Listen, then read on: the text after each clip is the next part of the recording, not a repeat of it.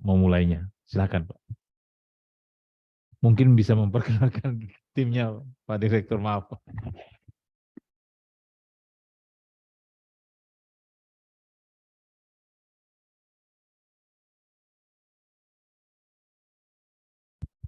Ya. Baik, terima kasih Prof. Nasrun, selaku Ketua LP2M Universitas Hasanuddin. Bapak Ibu yang saya hormati dan saya banggakan, Assalamualaikum warahmatullahi wabarakatuh.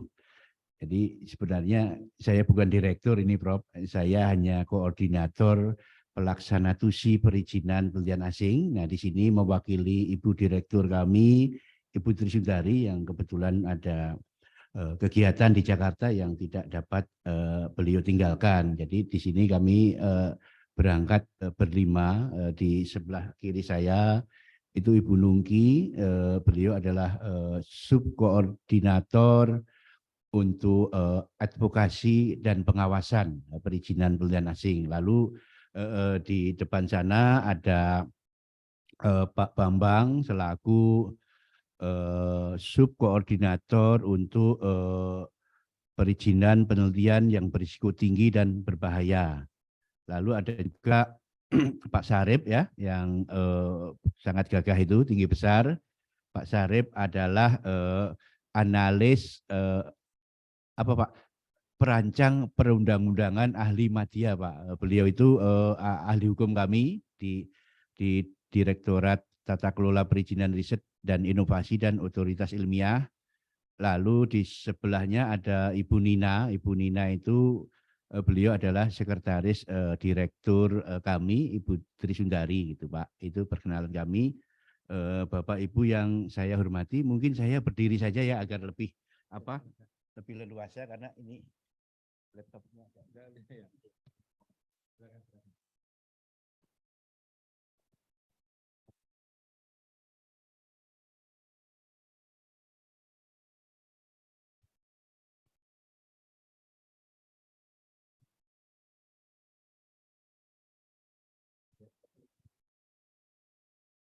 Kami mengucapkan terima kasih atas juga kesambutan dari Prof. Nasrun dan juga jajarannya dan juga fasilitasi yang telah diberikan kepada kami tim Monep dari BRIN.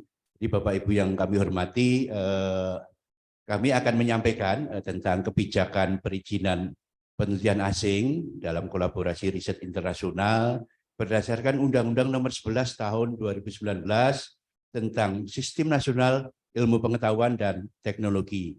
Nah, di situ Bapak Ibu, undang-undang ini sudah diundangkan sejak Agustus 2019, namun belum memiliki peraturan pemerintah. Dan untuk itu pimpinan BRIN menginisiasi menerbitkan Peraturan BRIN nomor 22 tahun 2022 tentang clearance etik riset untuk pedoman pemberian izin penelitian asing. Nah, slide berikutnya mungkin. Ya, Bapak Ibu sekalian, bila sebelum diundangkannya Undang-Undang 11 itu kita memiliki Undang-Undang Nomor 18 Tahun 2002 tentang Sistem Nasional Penelitian, Pengembangan dan Penerapan IPTEK dengan Peraturan Pemerintah Nomor 41 2006 tentang perizinan untuk melakukan kegiatan litbang bagi perguruan tinggi asing, lembaga litbang asing, badan usaha asing, dan orang asing. Nah, di sini Bapak Ibu ada kebijakan sebelumnya yang itu sudah berubah secara fundamental apabila PP 41 itu menggunakan pendekatan keamanan dan pendekatan kemanfaatan IPTEK secara seimbang. Nah, di sini Undang-Undang 11 dan Peraturan BRIN nomor 22 itu menggunakan pendekatan saintifik atau pendekatan ilmiah di dalam melakukan review proposal perizinan penelitian asing, yaitu dengan pendekatan clearance etik riset. Slide selanjutnya. Ya. Slide selanjutnya. Nah, Bapak Ibu berdasarkan pasal 39 di sini bahwa semua kegiatan penelitian itu harus berdasarkan keberterimaan secara etik terhadap metodologi riset yang digunakan.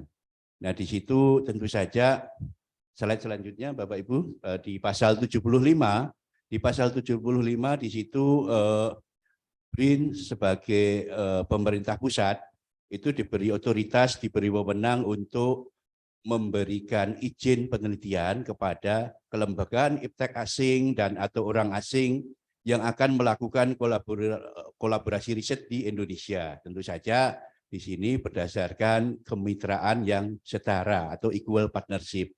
Jadi di situ menjadi syarat utama Bapak Ibu sebelum izin diberikan, peneliti asing itu wajib memiliki mitra atau local partner dari lembaga litbang atau perguruan tinggi. Dan di situ dibuktikan dengan surat perjanjian kerjasama riset atau baik itu dalam bentuk MOU, dalam bentuk implementing arrangement, atau dalam bentuk letter of agreement atau perjanjian kerjasama riset. Lalu di pasal berikutnya, pasal 76, Bapak Ibu, di situ juga diatur kewajiban-kewajiban yang harus dipenuhi oleh peneliti asing, pemegang izin penelitian, yaitu apabila kita amati Bapak Ibu, di pasal 76 ini sebenarnya itu memperkuat posisi kita, posisi tawar kita ketika melakukan negosiasi, melakukan kolaborasi riset dengan kelembagaan iptek asing, yaitu apa Bapak Ibu, di situ ada kewajiban mencantumkan nama SDM Iptek Indonesia di dalam setiap output yang dihasilkan. Nah, output yang dihasilkan ini biasanya berupa hak kekayaan intelektual, misalnya publikasi ilmiah atau paten. Nah, itu sangat penting Bapak Ibu sekalian bahwa di situ output yang dihasilkan itu bisa mendongkrak kinerja publikasi kita. Pada akhirnya juga bisa mendongkrak kinerja kelembagaan iptek kita. Juga bisa membantu karir Bapak Ibu ketika Bapak Ibu namanya tercantum di jurnal ilmiah internasional terindeks Scopus misalnya seperti itu. Lalu juga kewajiban lain misalnya apabila ada rencana pengiriman sampel atau material atau spesimen ke luar negeri, di situ juga wajib untuk menyusun perjanjian pengalihan material atau yang terkenal dengan material transfer agreement. Slide selanjutnya. Nah, Bapak Ibu, kami di BRIN di sini setelah membentuk 5 komisi etik. Ini merupakan mandatori dari Undang-Undang 11 pasal 39 bahwa setiap proposal riset yang diajukan izinnya itu nanti akan melakukan self assessment, mengisi application form secara mandiri, dan setelah itu ada verifikasi dokumen, dan berdasarkan self assessment tersebut suatu proposal akan dikategorikan ke dalam 6 kategori. Apakah itu metodologinya masuk kategori penelitian yang menggunakan hewan coba, atau penelitian di bidang kesehatan, atau penelitian yang menggunakan bahan kimia berbahaya, atau penelitian yang masuk kategori ketenaga nukliran, atau misalnya penelitian yang menggunakan human subject sebagai key informant atau responden ketika pengambilan data primer dilakukan di lapangan. Nah, tentu saja ada kategori yang menarik Bapak Ibu, yaitu kategori other, yaitu kategori lain-lain di mana sejatinya metodologi suatu penelitian itu tidak menggunakan 5 kategori yang kami sebutkan tadi. Nah, untuk yang kategori other ini hanya diperlukan verifikasi dokumen, dan setelah itu ada proses pengecekan blacklist. Slide selanjutnya. Ya, Bapak Ibu, ini merupakan bisnis proses kami yang baru di mana pemohon izin itu lalu melakukan upload melalui web clearanceethics.brin.go.id dengan melakukan pengisian self assessment form, lalu juga mengupload berbagai dokumen yang dibutuhkan. Nah, di sini Bapak Ibu kami sudah bagikan buku pedoman ke Prof. Nasrun, dan nanti versi PDF-nya juga Bapak Ibu bisa memperoleh karena versi cetaknya hanya 5 eksemplar. Nah, slide berikutnya. Bapak Ibu, setelah ada keputusan dari Komite Clearance Ethics, di sini kami melakukan proses selanjutnya yaitu berupa pengecekan blacklist, di mana apabila nama peneliti asing tersebut lolos dari pengecekan blacklist, database blacklist, jadi di masa lalu tidak ada track record atau catatan negatif yang pernah dilakukan oleh peneliti asing tersebut, tentu saja itu proposal dapat disetujui dan kami akan mengirim electronic billing. Dan ketika electronic billing itu dibayar dan bukti transfernya kami terima, ya surat izin itu dapat kami terbitkan dan kami kirim melalui email. Nah, di sini pelayanan kami memerlukan waktu 5 hari kerja untuk bisnis proses penerbitan surat izin penelitian. Nah, di sini karena ada mandatori pembayaran PNBP, tentu saja kecepatan di dalam menerbitkan surat izin itu juga tergantung kepada pemohon itu secepat apa pemohon itu melakukan pembayaran PNBP. Gitu. Slide berikutnya. Ya, Bapak Ibu, kita akan meninjau, mereview sejenak terkait kinerja publikasi kita, Bapak Ibu. Di tingkat ASEAN memang untuk jumlah publikasi ilmiah kita unggul, tetapi keunggulan kita masih di level proceeding ya, proceeding paper. Tetapi untuk artikel jurnal, apalagi yang terindeks Scopus, Q1, Q2 itu mohon maaf posisi kita masih di bawah Malaysia. Bahkan sampai tahun 2016 posisi kita itu masih di bawah Singapura, Bapak Ibu sekalian. Jadi di sini waktu itu saya masih ingat Prof. Muhammad Nasir selaku Menristek Dikti itu sampai mengundangkan Permenristek Dikti tentang tunjangan kehormatan guru besar dan lektor kepala yang dikaitkan dengan kewajiban untuk melakukan publikasi ilmiah internasional yang itu berimpak tinggi seperti terindeks Scopus dan sebagainya. Nah, slide berikutnya. Ya, Bapak Ibu, kami telah melakukan MONEP ke berbagai lembaga mitra kerja, baik itu lembaga litbang pemerintah, PTS, PTN di seluruh Indonesia ya, dari Unsia sampai Unipa kami sudah kunjungi. Dan ini adalah sampling data.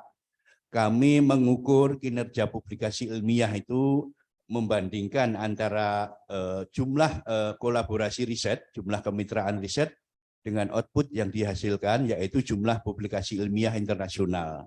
Nah, jumlah kolaborasi riset internasional kami hitung berdasarkan jumlah surat izin penelitian yang kami terbitkan, kami bandingkan dengan jumlah surat izin dengan jumlah publikasi ilmiah yang dihasilkan. Nah, di sini Bapak Ibu rata-rata lembaga mitra kerja itu masih rendah kinerja publikasi ilmiahnya.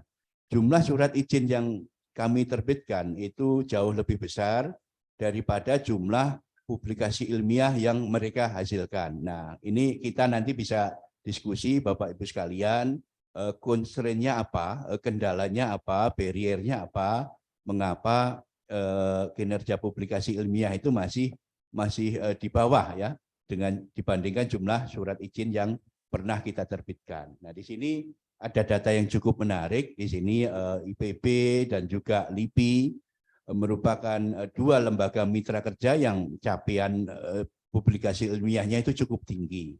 Nah, yang paling menarik adalah Universitas Jambi itu setelah masuk ke dalam U2U Research Consortium ya dengan satu perguruan tinggi Jerman ya, Universitas Göttingen dengan IPB lalu Tadulako, Unja ini berhasil mendongkrak kinerja publikasi ilmiahnya sampai dengan 400%. Nah, Bapak Ibu, pentingnya kolaborasi riset internasional dengan kelembagaan iptek asing dan orang asing ini juga sudah diakui oleh LIPI. Para Prof. Rosikon Ubaidillah itu seorang peneliti senior dari LIPI pada saat itu mengakui bahwa 80% lebih hasil publikasi ilmiah internasional LIPI itu merupakan output dari kolaborasi riset internasional dengan para peneliti asing. Lalu slide berikutnya. Nah, Bapak Ibu, berdasarkan data antara 2010 sampai 2020, kami telah menerbitkan tidak kurang dari 5.000 surat izin penelitian.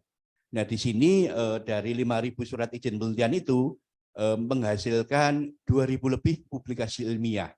Namun Bapak Ibu, dari 2.000 lebih publikasi ilmiah yang diterbitkan, yang mencantumkan nama peneliti asing, itu hanya sekitar 1.000 lebih yang mencantumkan penulis Indonesia, di mana penulis Indonesia itu menjadi first author atau co-author di dalam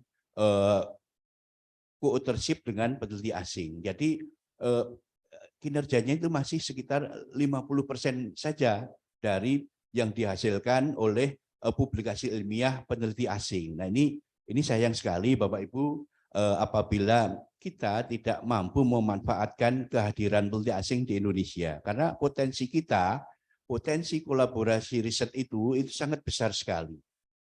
Sebagai contoh data Bapak Ibu sekalian, itu kami punya data 2019, 540 peneliti asing dari berbagai negara itu membawa riset funding ke Indonesia itu tidak kurang dari 2,1 triliun rupiah, Bapak Ibu sekalian. Nah, dan itu tentu saja tidak dalam bentuk in cash, tapi dalam bentuk riset grant, dalam bentuk networking, dalam bentuk misalnya sandwich program, dalam bentuk master degree, PhD degree, juga dalam bentuk hibah riset equipment gitu. Jadi di sini potensi kolaborasi riset itu Bapak Ibu itu kami tekan sangat besar sekali, dan kami berharap Bapak Ibu itu bisa mengambil benefit dari kolaborasi tersebut.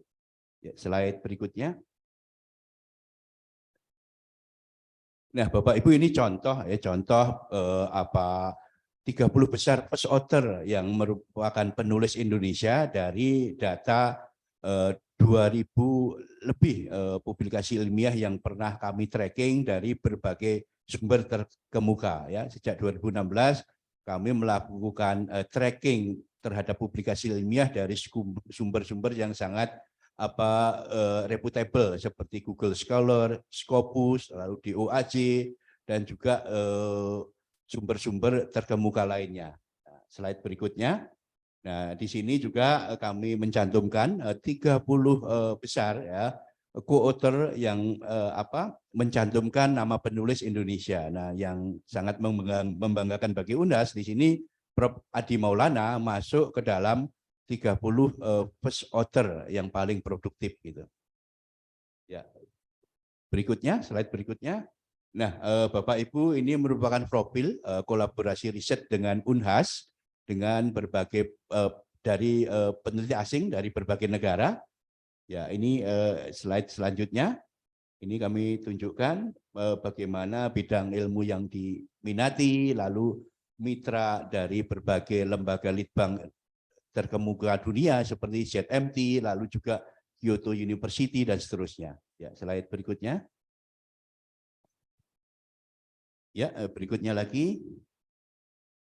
Ya, nah ini Bapak Ibu, ini mudah-mudahan data ini sudah ketinggalan ya. Kami belum mengupdate. Nah, ini merupakan data perbandingan antara jumlah surat izin penelitian yang diterima peneliti asing dengan mitra Universitas Hasanuddin, itu jumlahnya sejak 2010 sampai 2022 itu kami catat mencapai tidak kurang dari 155 izin. Nah, di sini kami melakukan tracking dari berbagai sumber publikasi ilmiah. Ini kami menemukan 35 publikasi ilmiah. Nah, mudah-mudahan Prof. Asrun ya, data itu salah, dan itu kami hari ini menerima update, menerima pencerahan data publikasi ilmiah dengan mitra UNHAS itu jauh lebih besar daripada yang data kami kumpulkan. Nah, saya kira itu pengantar diskusi dari kami. Kurang lebihnya mohon maaf. Billahi taufiq wal hidayah. Wassalamualaikum warahmatullahi wabarakatuh.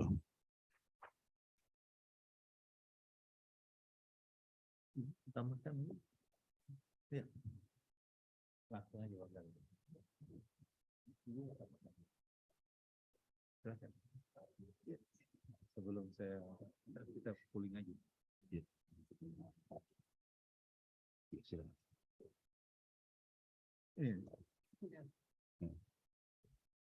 Oh, pakai ini. Baik, terima kasih Prof. Nasrum, Pak Wahyono, dan Bapak Ibu semua. Mungkin saya sedikit menambahkan saja karena saat ini juga selain prosedur layanan untuk surat izin penelitian ya yang ada di direktorat kami, ini juga kami tetap berupaya juga mengadakan monitoring dan evaluasi untuk kerjasama riset yang berhubungan dengan peneliti asing gitu. Nah, mungkin kalau tadi disebutkan bahwa mungkin jumlah yang cukup banyak gitu ya yang dilakukan kerjasama dengan riset asing itu dari IPB dan dari mana tadi Pak? Mungkin dari yang unit-unit BRIN ya saat ini, tetapi Universitas Hasanuddin itu sendiri juga sebetulnya stabil begitu ya. Jadi setiap tahun itu selalu ada permohonan izin dan selalu ada kerjasama riset dengan pihak asing gitu. Jadi Unhas ini juga termasuk sebagai Pak customer dan user gitu ya dari layanan BRIN saat ini gitu. Jadi dan mungkin saat ini memang kami lebih menekankan bahwa untuk monitoring itu kami ingin melihat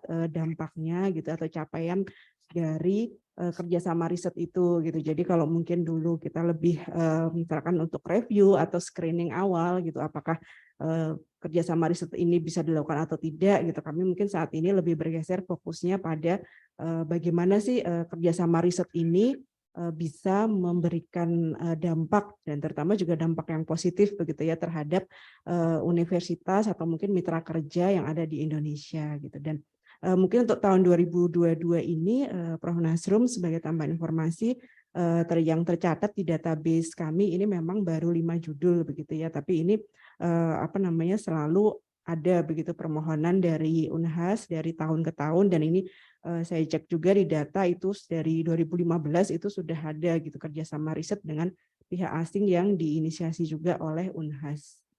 Demikian Prof. Nasrum tambahan dari saya. Terima kasih. Ya. Bapak Wahyono dan Ibu,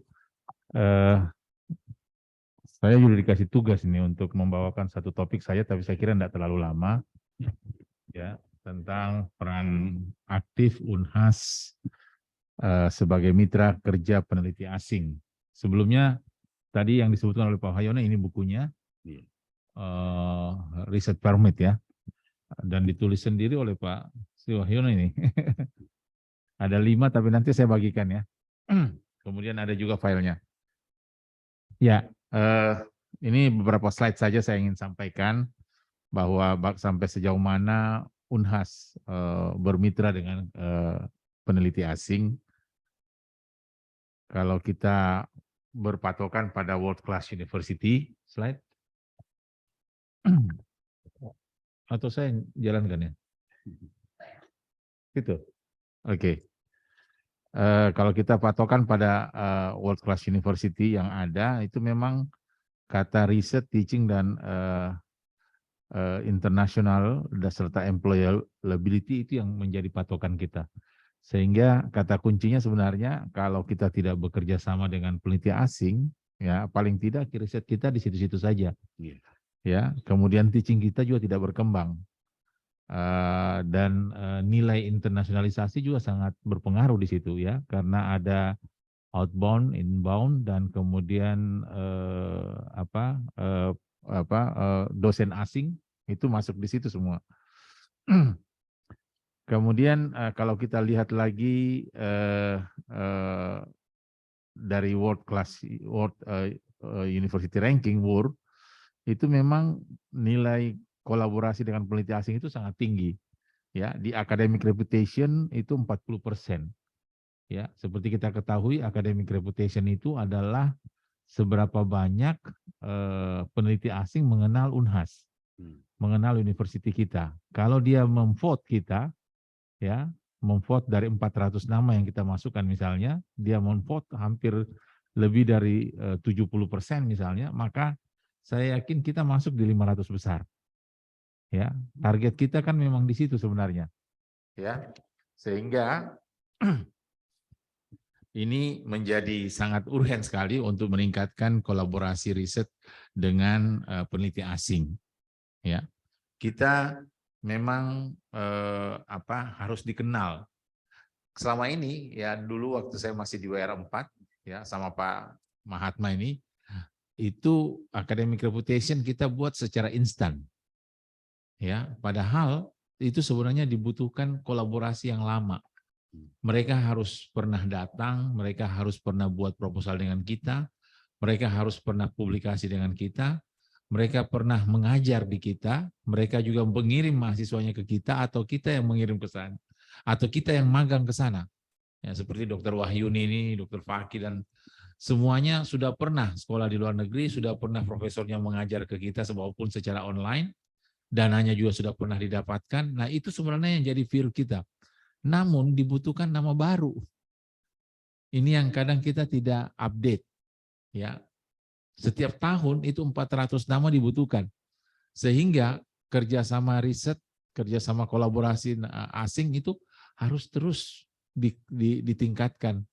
Nah, coba bayangkan kalau kita 2.000 dosen, satu saja setiap tahun, maka 2.000 nama akan masuk. Dan 2.000 nama itu akan memperkenalkan Unhas di seluruh dunia. Itu kata kunci sebenarnya, bukan administratif. Selama ini kita masih bermain di administratif. Ya, kita tidak perlu lagi mengajak mereka untuk tolong ya, vote ya, tolong ya setiap tahun, tidak perlu.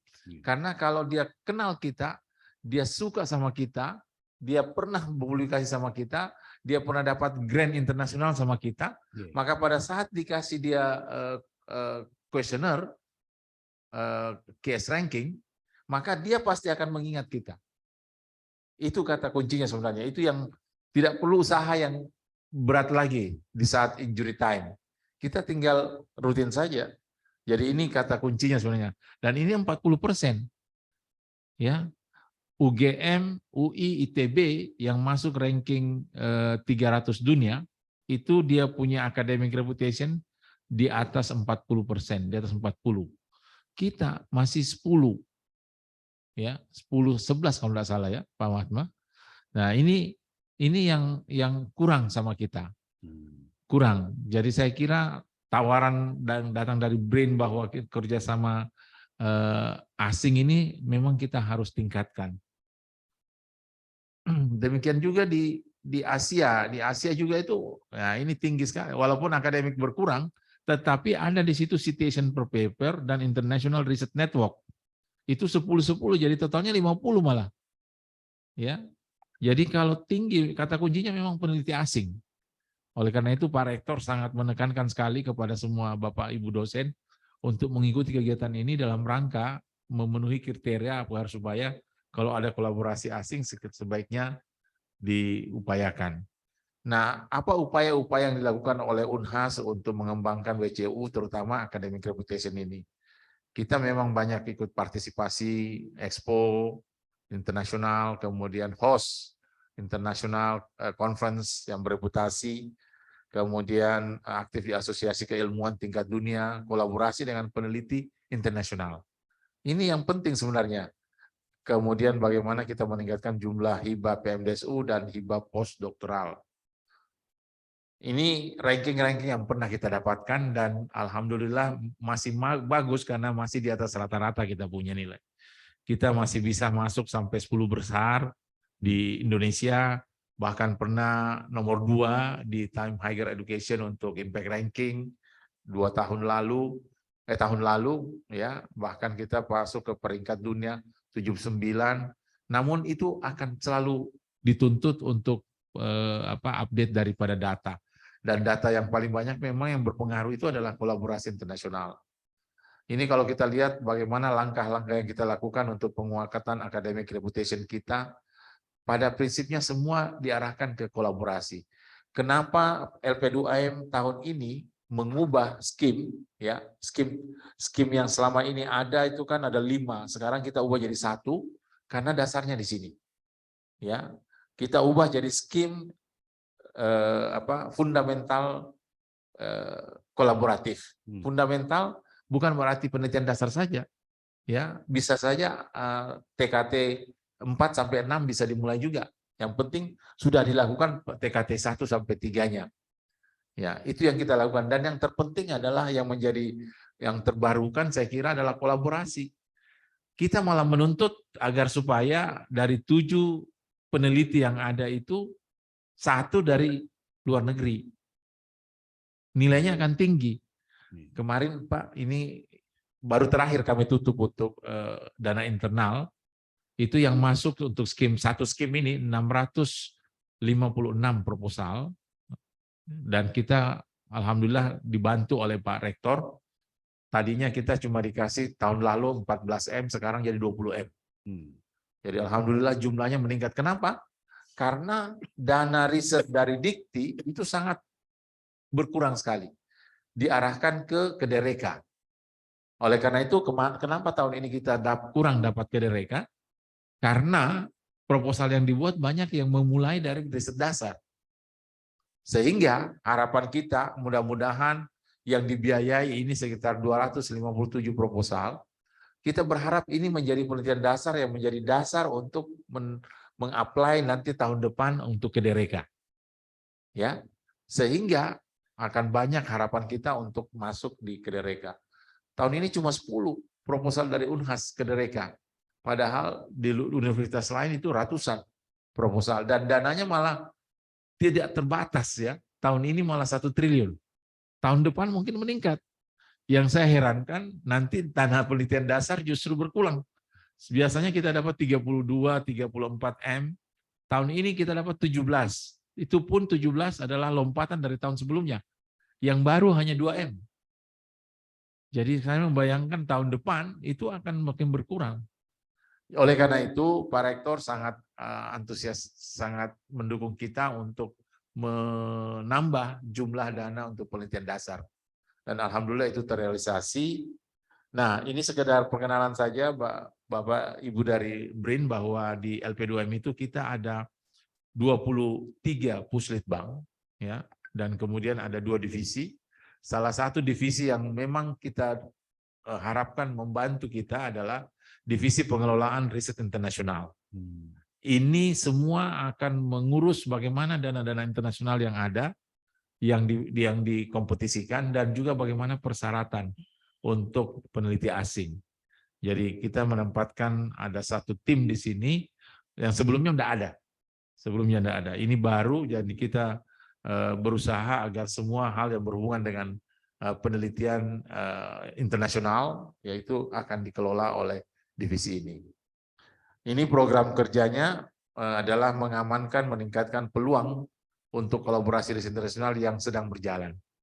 Jadi kalau sudah ada, itu kita harapkan tetap berlanjut, ya. Kemudian memburu peluang-peluang kolaborasi riset internasional yang baru, menyiapkan, mendukung tim riset Unhas yang potensial meraih peluang-peluang tersebut. Saya ingat sekali 3 tahun lalu itu kita ada namanya MIRA, ya, MIT Indonesian Research Alliance. Itu alhamdulillah dengan mengkonsentrasikan tim-tim riset kita, ya, kita melakukan coaching beberapa kali di hotel. Itu tim kita yang diterima untuk dikirim ke MIT itu ada 8 tim, Pak. 8 tim alhamdulillah. Termasuk saya salah satunya. Jadi saya ikut juga jadinya, bukan karena sebagai wakil rektor tetapi sebagai peneliti. Kemudian ya kita memberi dukungan bagi peneliti unggul Unhas yang pernah atau sedang memiliki international research grant, ya, untuk agar supaya program-programnya lebih solid. Kemudian mendukung konferensi internasional untuk mendatangkan pembicara asing, mendukung peneliti Unhas untuk visiting fellow di universitas atau lembaga riset utama dunia. Kalau di World Class University itu kan di universitas yang dengan case rankingnya 100. Nah, untuk setelah kami pindah di LP2M ini, kita mulai lagi dengan membuat suatu aktivitas yang arahnya nanti adalah menuju ke internasionalisasi. High Impact Research Podcast ini kita lakukan dalam rangka untuk meminta peneliti-peneliti unggul Unhas agar supaya kita akan melihat kolaborasi apa yang dia punyai, ya, sehingga pada saat High Impact Research Webinar kita mengharap bahwa kolaboratornya itu bisa diundang untuk datang ataukah secara Zoom itu memberikan kuliah dalam bentuk webinar, High Impact Research Webinar. Dan alhamdulillah tadi pagi sudah jalan satu. Ya, satu profesor dari Florida datang. Kebetulan beliau itu adalah profesor dari satu dosen di farmasi yang 2 tahun lalu kami kirim ke Amerika untuk magang selama 3 bulan. Dan alhamdulillah akibat magang itu mereka mengundang profesornya untuk datang ke sini dengan biaya dari Fulbright. Jadi mereka datang tanpa harus kita biayai. Ya, saya kira itu metode yang kita pakai sekarang untuk agar supaya bagaimana sebanyak mungkin orang asing itu mengenal Unhas. Ya, dikenal dulu lah, kemudian diundang, ya diundang jangan juga terlalu sampai membutuhkan biaya yang besar karena anggaran kita juga tidak banyak. Ya, bagaimana caranya supaya mereka bisa datang tanpa harus mengeluarkan banyak anggaran bagi kita. Nah, ini kerjasama internasional yang sudah dibina dengan luar negeri, ya. Kemudian intinya adalah joint research, joint publication, student and staff exchange, pelatihan dan program MBKM. Ya, ada banyak sekali program-program yang kita lakukan dalam rangka pertukaran mahasiswa dan pertukaran staff yang dilakukan itu dalam rangka hubungannya dalam branding university menuju ke world class university. Ini adalah distribusi kerjasama luar negeri yang kami punya di Amerika, Eropa, dan Asia, dan ternyata Asia masih mendominan 64%, sementara di Afrika dan Amerika Selatan itu kita masih kurang. Nah, itu yang kita mulai usahakan dan dunia usaha masih perlu ditingkatkan. Dan terakhir saya kira ini slide-slide kita bagaimana MOU dengan universitas-universitas di luar negeri yang kita lakukan dalam rangka meningkatkan kolaborasi riset dan membuat proposal bersama. Saya kira itu yang ingin saya sampaikan. Semoga hal ini bisa menambah pemahaman kita tentang pentingnya peneliti asing di Unhas untuk agar supaya meningkatkan world class university. Sebenarnya targetnya adalah meningkatkan luaran, kualitas luaran. Kalau kualitas luaran kita bagus, itu artinya infrastruktur kita mendukung, SDM kita baik, paling baik. Nah, kalau itu dan satu lagi adalah kurikulum yang terupdate. Kalau ketiganya ini bekerja dengan baik, saya yakin lulusan kita akan baik. Dan kalau lulusan baik, belum selesai alumninya, mahasiswa kita itu sudah diambil. Ada satu universitas di Indonesia yang masuk rankingan dunia hanya karena employee reputation-nya tinggi. Salah satunya adalah BINUS. BINUS itu employee reputation-nya di atas 60%. Karena setiap mahasiswa yang masuk ke situ, itu otomatis pada saat selesai dapat pekerjaan. Bahkan sudah dikontrak sebelum dia diwisuda. Itu nilainya tinggi. Sangat tinggi. Nah, kita, apakah mahasiswa kita sebelum selesai sudah ada industri yang melamar? Nah, ini menjadi tantangan kita saya kira. Ya, saya kira itu. Selanjutnya di rundown acara saya kira ada pemaparan dari peneliti kita yang sudah berkolaborasi dengan peneliti asing. Saya undang Dr. Isra Wahid, ada ya? Kalau tidak ada, Prof. Insinyur Muslim Salam. Nggak ada. Kemudian Pak Ansariadi juga tidak ada.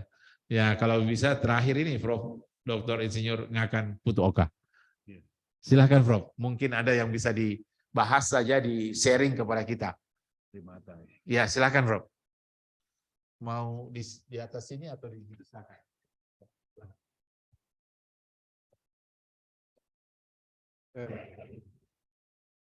Saya mohon maaf, saya sebetulnya tidak tahu kalau saya mau disebut untuk ini ya, untuk berpresentasi, tetapi ya mungkin saya hanya menyampaikan pengalaman sekaligus menyampaikan pertanyaan-pertanyaan kepada khususnya Pak Sri Wahyu dengan ya. Jadi Prof. Nasrun, Kepala LP2M yang saya hormati, Pak Wahyu, dengan rombongan yang saya hormati, Bapak Ibu, saya mohon izin untuk memanfaatkan waktu kita berdiskusi sejenak ya. pertama saya mau menyampaikan apresiasi saya dulu Wahyu dan rombongan telah menyampaikan presentasi. Saya mohon maaf Pak Wahyu, 2 kali sosialisasi sebelumnya saya ada tugas yang membuat saya tidak memungkinkan untuk ikut. Saya sudah sampaikan ke beliau secara langsung. Saya mohon maaf sekali saya tidak bisa.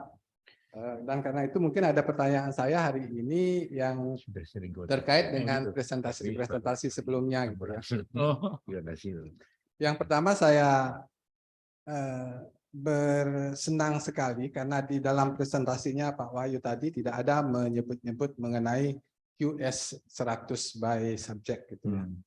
Karena terus terang ini sangat menyulitkan kita peneliti ya, karena tidak semuanya kolaborator kita di QS. Kalau kita dipersyaratkan QS itu ya, selain kita sulit, saya kira juga hasilnya tidak maksimal karena tidak mungkin perguruan tinggi QS 100 itu bisa melayani kita semua yang bukan QS gitu ya, nggak mungkin. Dan kalaupun dipaksakan, sering kami memaksakan, mengundang mereka itu hanya menghabis-habiskan uang dan tidak ada tindak lanjutnya itu ya. Menjadikan mereka sebagai narasumber, menjadikan mereka untuk memberikan kuliah umum. Ya setelah kuliah umum ya selesai karena mereka memaksakan, kita juga memaksakan mencocokkan diri kita dengan mereka untuk bisa itu ya. Sedangkan yang cocok tidak QS 100 gitu ya. Seperti Pak Wahyu sudah sampaikan, kami dengan Erin misalnya, Prof. Wahyu sudah kenal betul dengan Erin ya, dari San Diego State University, juga dari Romatre tadi ya. Itu bukan QS 100, tetapi setiap tahun itu ya dari kerjasama kami semua, belakangan juga dengan LIPSI gitu, bukan juga QS 100, Lincoln juga bukan QS 100 gitu ya. Tetapi antara 5 sampai 10 publikasi Q1 itu kita hasilkan setiap tahun.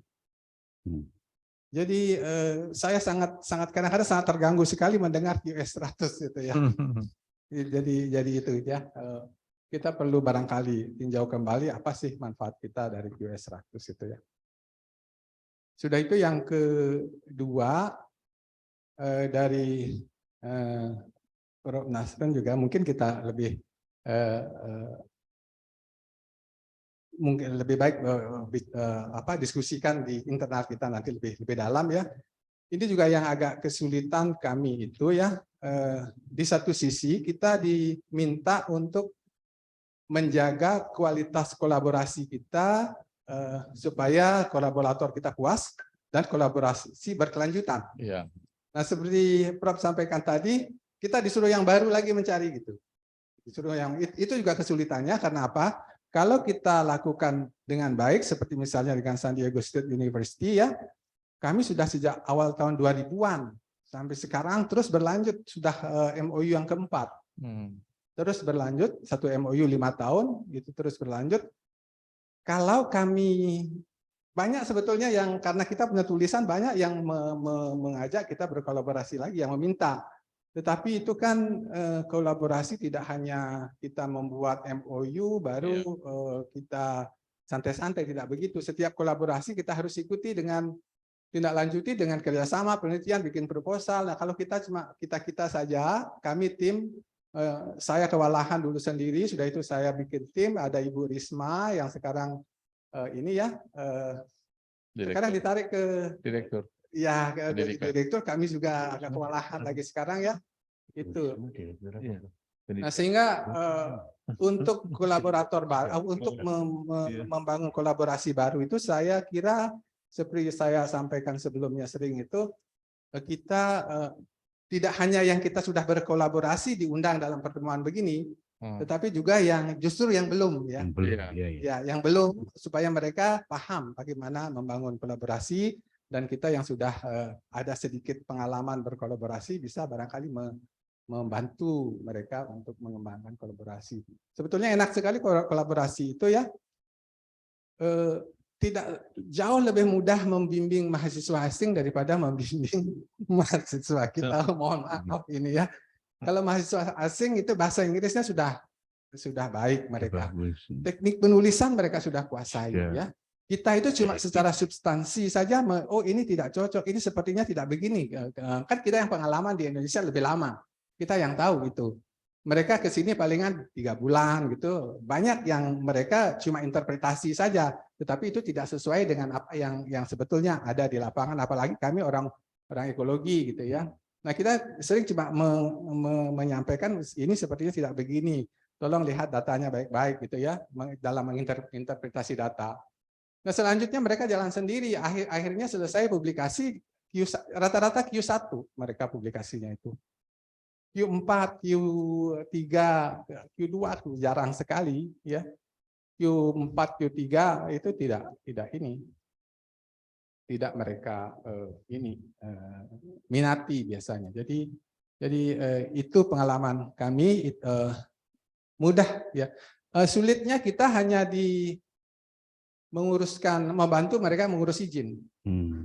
Dan sekarang di kantornya Pak Wahyu sudah sangat dimudahkan dan cepat juga prosesnya ya, sehingga tidak sulit. Kita cuma membuatkan mereka surat jaminan. Kalau dulu jaminan bisa dari kolaborator sendiri, dari saya sebagai counterpart bisa membuat ini, tapi sekarang harus dari rektor. Kalau kebijakan kita di Unhas dari rektor, kalau kebijakan ada juga di UNAS saya lihat dari dekan. Dari rektor, Bro. Ya. Dari kalau kita di Unhas dari rektor, tidak sulit kok ke Ibu Arni saja disampaikan bahwa kita punya mau berkolaborasi, minta dibuatkan surat jaminan, 2-3 hari sudah selesai surat jaminannya. Berdasarkan surat jaminan itu mereka akan melakukan ini, mohon izin gitu ya. Cuma saya juga belum tahu karena sekarang semuanya membutuhkan ethical clearance ya. Tidak itu semua. juga nanti barangkali kami belum tahu ya, belum pengalaman untuk mengurus ethical clearance itu, bagaimana kesulitannya itu juga tantangan. Yang kedua mungkin nanti setelah mereka mau datang itu mengurus izin izin tinggalnya, visa izin tinggal gitu ya. Nanti visa tinggalnya itu visa masuknya dulu, sudah itu pas visa masuk izin tinggalnya nanti karena kalau 6 bulan mereka harus punya izin tinggal khusus 6 bulan. Nah itu juga agak sedikit memakan waktu kita, tetapi ada kantornya Ibu Arni yang biasanya membantu menguruskan itu, sehingga kita tidak terlalu cuma menguruskan di awal. Setelah selesai dokumennya sampaikan ke Ibu Arni, biasanya Ibu Arni yang menguruskan ke ini ya. Nah itu yang pengalaman kami, jadi tidak sulit kok gitu ya. Ya mungkin teman-teman yang belum pengalaman gitu ya, banyak juga di fakultas kami di kehutanan itu agak ragu-ragu, berani tidak gitu. Mereka punya publikasi, sekali mempublikasi, sudah itu publikasinya itu dilihat, mereka tertarik untuk penelitian di Indonesia, dihubungi gitu ya. Sering bertanya ke saya, berani tidak gitu ya. Saya katakan beranilah, ini saja, nanti saya bantu, saya katakan begitu. Nah itu yang ini ya. Sudah itu dalam berkolaborasi biasanya saya itu agak taat aturan ya. Jadi ketika dia tidak taat aturan, saya biasanya agak kurang suka, tegur biasanya. Karena itu belakangan ini ada kolaborator kami itu agak takut sama saya. Dia bertanya ini, mungkin Pak Sri Wahyu barangkali yang bisa ini.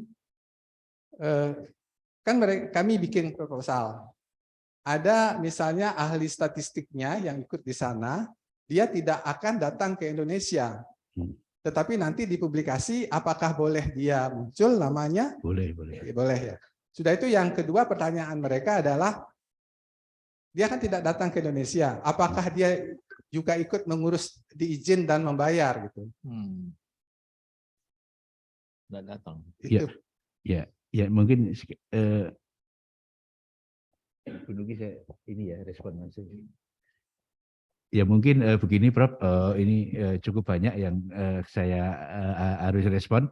Pertama terkait surat jaminan. Surat jaminan itu sebenarnya tidak harus rektor Prof yang tanda tangan. Boleh dekan, boleh ketua LPPM, yang penting itu pejabat administratif yang punya wewenang untuk mewakili institusinya. Kalau itu agreement itu antar fakultas atau selevel dengan lembaga itu boleh dekan, bahkan wakil dekan pun boleh gitu.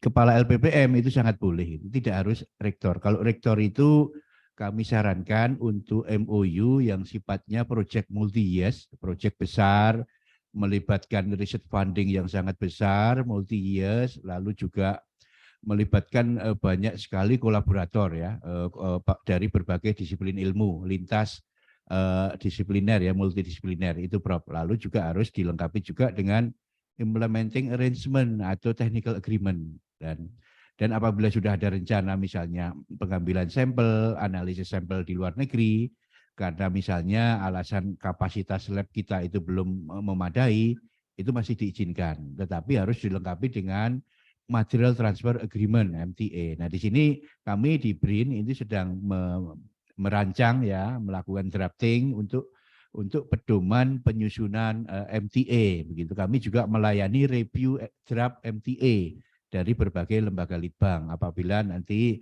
Prof. Ngakan itu punya rencana untuk mengirim sampel ke luar negeri, misalnya di Unhas atau di salah satu perguruan tinggi atau di BRIN itu tidak ada lab yang punya kapasitas yang memang itu diperlukan untuk analisis sampel itu masih memungkinkan untuk dibawa ke luar negeri begitu. Lalu terkait ethical clearance, Prof. Itu tidak semua riset itu sejatinya memerlukan ethical clearance. Tadi kami jelaskan ada kategori other, yaitu proposal yang sejatinya itu tidak melibatkan menggunakan hewan sebagai percobaan atau eksperimen di dalam metodologinya. Tidak juga menggunakan bahan kimia berbahaya gitu. Tidak juga itu menggunakan bahan galian nuklir misalnya seperti itu. Tidak juga menggunakan human subject untuk menggali data primer, apakah itu melalui interview key informant atau melalui pengisian kuesioner yang itu harus disebar ke berbagai responden. Nah, itu akan masuk ke dalam kategori other. Contohnya seperti ini, Prof.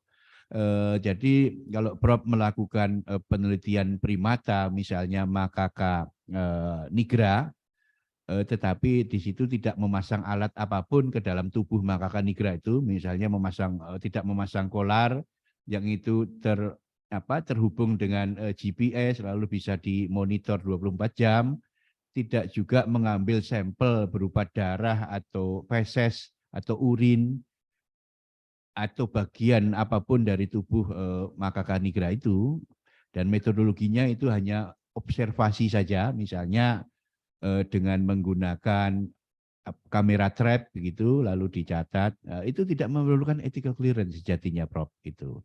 Jadi yang define kami tetapkan memerlukan ethical clearance itu yang 5 tadi, Prof. Penelitian di bidang kesehatan, penelitian sosio-humaniora tetapi melibatkan human subject, melibatkan manusia baik itu sebagai key informant maupun responden di dalam menggali data primer, menggunakan bahan kimia berbahaya atau menggunakan bahan galian nuklir atau sejenisnya, atau menggunakan tadi salah satu hewan untuk percobaan di dalam metodologinya. Itu, Prof. Lalu terkait apa tadi yang ketiga, Prof, saya lupa. Apakah yang tidak datang ke Indonesia tapi masuk? Oh iya, saya menangkap poinnya. Jadi ini tergantung kontribusi dan juga benefit yang mereka terima, Prof. Jadi sejatinya izin itu adalah diberikan untuk kegiatan penelitian ya, Prof. Penelitian itu kan sekuennya cukup panjang ya, dari perencanaan, penyusunan riset desain, lalu ada feedback, collecting data, lalu ada tahapan analisis data, baik itu di lab maupun dengan metode yang lain. Lalu juga ada diseminasi. Nah, diseminasi itu biasanya melalui penulisan manuskrip, lalu submit ke jurnal ilmiah gitu. Nah, di situ Prof tergantung benefit yang mereka terima. Kalau misalnya mereka itu menerima data primer atau dari pihak Indonesia, lalu mereka olah menjadi output berupa kekayaan intelektual, baik itu dalam bentuk publikasi ilmiah atau paten, yang seperti itu tetap memerlukan izin, Prof. Namun di sini karena orangnya tidak datang ke Indonesia, tidak memerlukan visa, gitu, tidak memerlukan izin tinggal terbatas, gitu, Prof. Tapi Itu. izin penelitian tetap. Ya, sepanjang mereka menerima benefit dan mereka memanfaatkan data itu untuk menghasilkan hak kekayaan intelektual dan namanya tercantum, yang bersangkutan itu bisa klaim, misalnya suatu saat hak kekayaan intelektual itu misalnya dalam bentuk paten ya, Prof, itu bisa dikomersialisasikan lalu menghasilkan royalti misalnya seperti itu. Itulah benefit yang sejatinya manfaat dari pemberian izin itu, Prof. Itu seperti itu, Prof. Gitu. Satu lagi ini Pak, ini tadi disampaikan bahwa ada yang tidak membutuhkan ethical clearance. Saya lihat di flowchart-nya Bapak tadi itu, tapi tetap juga ada keterangan atau sertifikat yang dia butuhkan bahwa dia tidak membutuhkan ethical clearance. Itu yang mengeluarkan siapa, Pak? Oh, seperti ini, Prof, mekanismenya. Kalau sejatinya dengan proses bisnis baru, kebijakan Perpri nomor 22, bahwa pemberian izin penelitian itu adalah berdasarkan self assessment. Itu berdasarkan integritas, Prof. Kami meyakini bahwa setiap peneliti itu punya integritas, bahwa kejujuran individu peneliti itu. Jadi di dalam tahapan itu kan ada self assessment form yang harus diisi sendiri. Itu hanya menjawab yes atau no. Apakah Anda menggunakan hewan coba? Kalau ditulis no, apakah Anda akan menginterview human subject atau mengedarkan kuesioner kepada responden? Semua dijawab no. Otomatis itu akan masuk ke kategori other by system gitu, Prof. Jadi dasarnya adalah integritas gitu. Nah, kalau seorang peneliti itu sudah tidak punya integritas, pasti karirnya akan berakhir, Prof. Gitu. Itu, Prof. Baik, terima kasih. Saya kira itu, Prof, yang bisa saya share. Makasih, Prof. Nakan. Ya. Terima kasih, Prof. Ada lagi yang ingin mau bertanya, silakan Dr. Wahyuni. Ibu Nita juga. Ya. Ya, Selanjutnya. Assalamualaikum warahmatullahi wabarakatuh. Saya Wahyuni dari kedokteran. Jadi yang saya mau tanyakan tadi tentang ethical clearance, ya, baik penelitian yang melibatkan teman-teman dari luar negeri maupun dari Unhas, itu kalau di Fakultas Kedokteran kita punya lembaga sendiri. Pertanyaan saya, apakah kalau kita melibatkan orang asing di situ itu harus melalui BRIN? Kemudian seperti juga material transfer agreement. Jadi selama ini yang dilakukan adalah kalau kita melakukan pengiriman spesimen ke luar negeri, meskipun sekarang sudah sangat jarang, itu MTA-nya itu kita buat antara fakultas ke fakultas. Jadi tapi di sini memang ada unsur trust, betul-betul trust, sehingga kita mengirim ke sana. Karena dulunya ini pernah diatur oleh Kementerian Kesehatan, tapi kemudian merugikan kami. Sampel kami rusak, izinnya tidak keluar-keluar. Iya, terlalu Jadi, lama nunggunya. Ya, itu yang jadi permasalahan. Kemudian setiap tahun itu saya menulis proposal. Kemudian proposal itu saya minta dibantu oleh institusi luar negeri, terutama bahan habis pakainya. Kemudian saya melakukan penelitian. Ketika melakukan penelitian itu, ada student-student dari luar negeri yang melihat saya melakukan penelitian, dan di situ mereka mendapatkan SKS dari institusinya dan sebagai pengalaman belajar meneliti, mulai dari collecting sampel, kemudian analisa sampel, menulis manuskrip, mereka ikut ke kami. Apakah ini bagian dari yang disebutkan sebagai kolaborasi internasional yang harus mendapatkan izin penelitian? Sebagai catatan, mereka bekerja sebagai observer ketika kita di field. Jadi kami yang melakukan, mereka melihat, ya, kita melakukan, kemudian saya akan melakukan uji kepada mereka sendiri itu bahwa mereka sudah tahu caranya.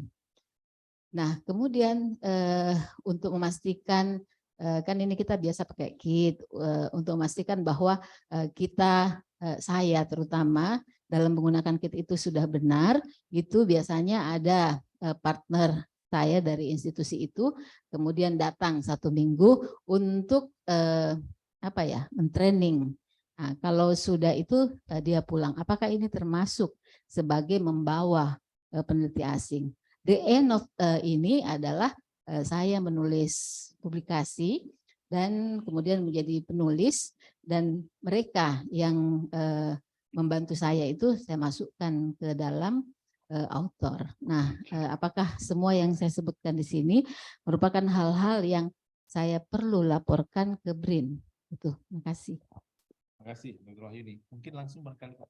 Ya, terima kasih. Nanti terkait MTA ya Pak Syarif dan Bu Nungki bisa ini melengkapi juga.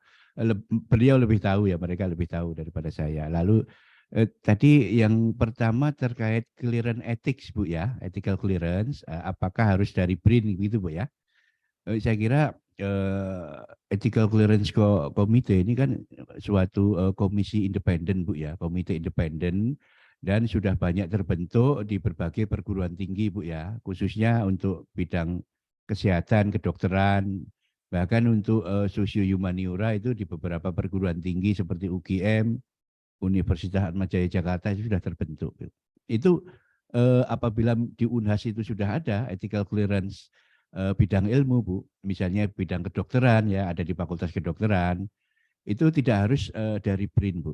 Itu. Jadi kebijakan kami itu sifatnya tidak sentralistik untuk ethical clearance. Namun apabila di situ di dalam proposal itu mencantumkan peneliti asing, dan peneliti asingnya itu memang akan ikut sebagai misalnya riset asisten, untuk peneliti asingnya itu perlu izin Bu, perlu izin penelitian. Namun prinsipnya ethical clearance itu adalah clearance untuk proposal Bu, untuk riset proposal. Apabila nama peneliti asingnya itu sudah tercantum di situ, otomatis apabila sudah mendapatkan ethical clearance, peneliti asingnya itu juga sudah dapat melakukan penelitian. Hanya di sini berdasarkan pasal 75 itu wajib mendapatkan izin penelitian dari BRIN begitu Bu. Lalu juga ada konsekuensi visa ya, yaitu visa tinggal terbatas indeks C315, juga ada izin tinggal terbatas dari kantor imigrasi setempat apabila akan stay lebih dari 30 hari begitu Bu. Lalu terkait MTA mungkin Pak Syarif ya, silakan Pak Syarif dan Bu Nungki akan menjawab.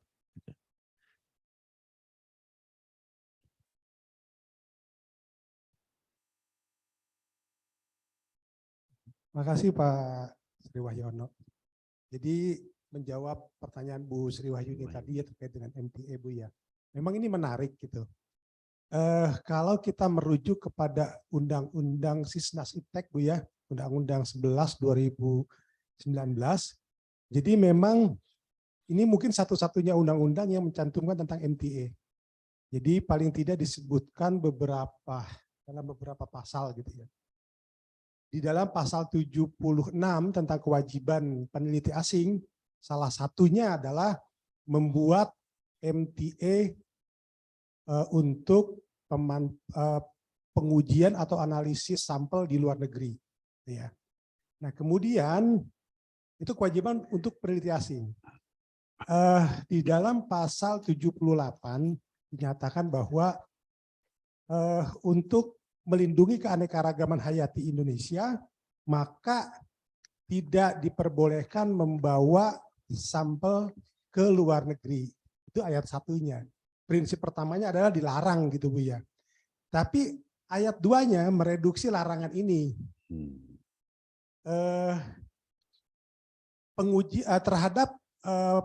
Terhadap material keanekaragaman hayati yang tidak dapat dilakukan uji di Indonesia, maka dapat dilakukan uji di luar negeri dengan dilengkapi dokumen material transfer.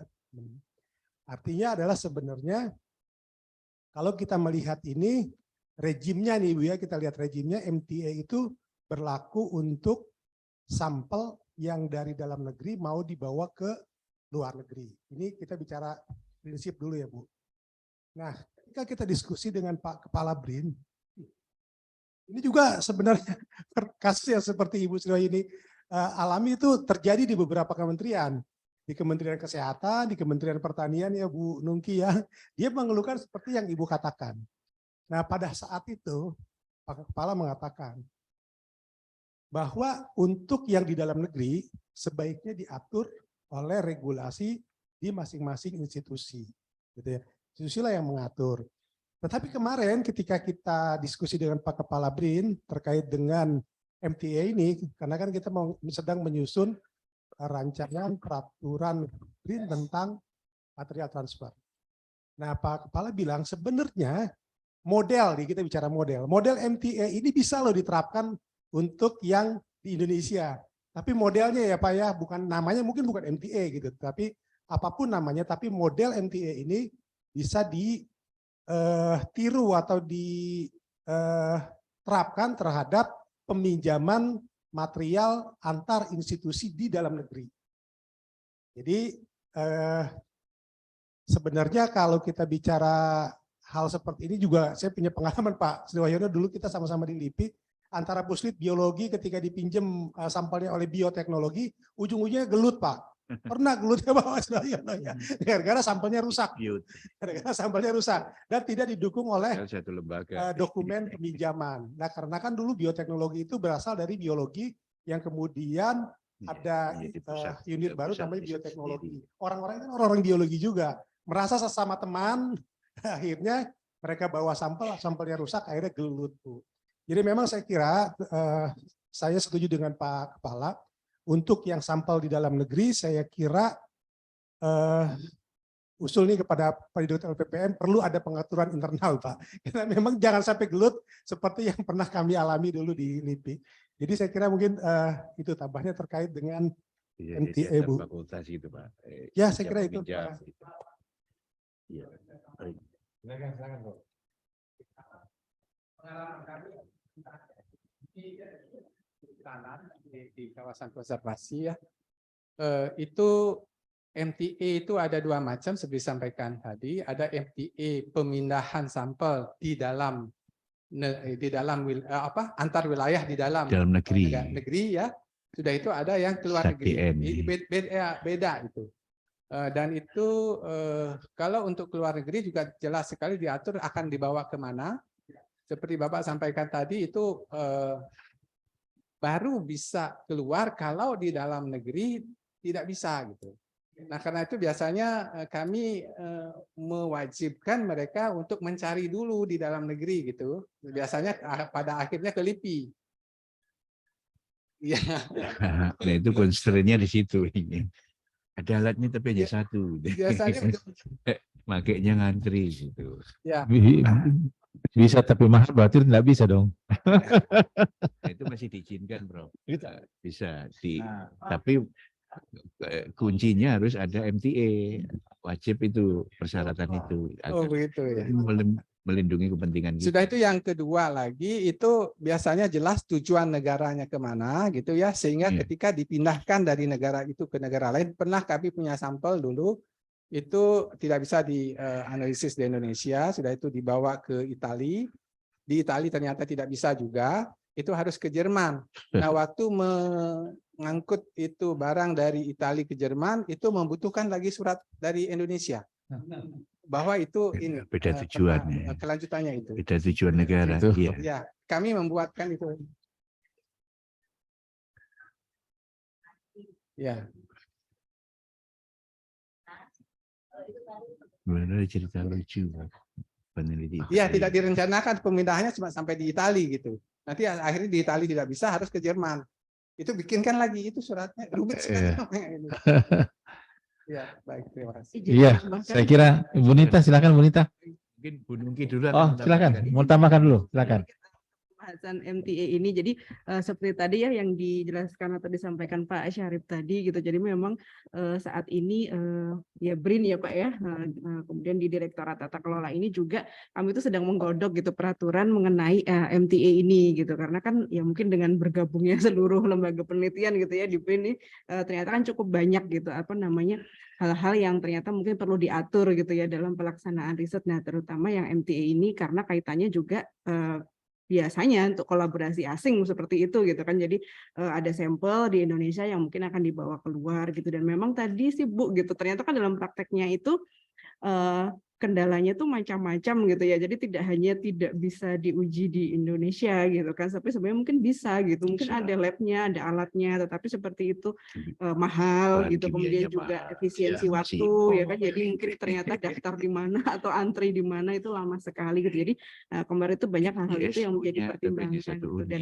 kemudian juga sebetulnya untuk rancangan peraturan ini sendiri juga kami sih inginnya tuh tidak berupa izin gitu ya Bapak Ibu gitu. Jadi maksudnya tidak menambah bahwa ketika ada format atau dokumen MTA itu harus dimintakan izin gitu kan, atau misalkan harus disetujui dahulu gitu baru bisa gitu. Jadi kami nanti lebih banyak inginnya itu adalah harapannya itu ini sebagai peraturan yang bisa memberikan pedoman gitu atau template gitu kan bagi Bapak Ibu nanti bagaimana sih kalau akan membawa sampel gitu dari dalam ke luar negeri gitu. Dan tapi memang dalam diskusi-diskusi yang masih berlanjut ini ya Pak Syarif juga ternyata banyak pertimbangan misalkan bahwa di dalam negeri sendiri pun juga sebetulnya kan banyak ya terjadi pengalihan sampel begitu. Kemudian juga dari luar ke dalam itu juga apakah nanti hanya merujuk peraturan yang dari luar saja gitu kan, atau mungkin dari Indonesia sendiri juga mungkin punya banyak persyaratan gitu. Nah mungkin itu apa ya hal yang mungkin juga masih perlu kita atur gitu. Jadi mungkin kalau misalkan Bapak Ibu juga ada masukan ini juga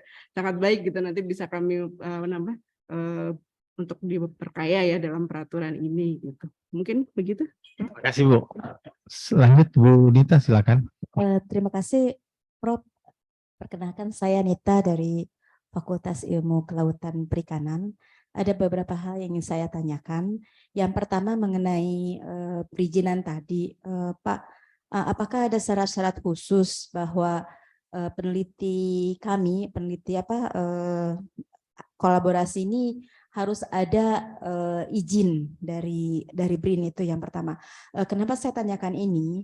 Saya punya kolaborator dari Belanda sejak 2021 sampai sekarang itu sudah setiap tahun ada penelitiannya.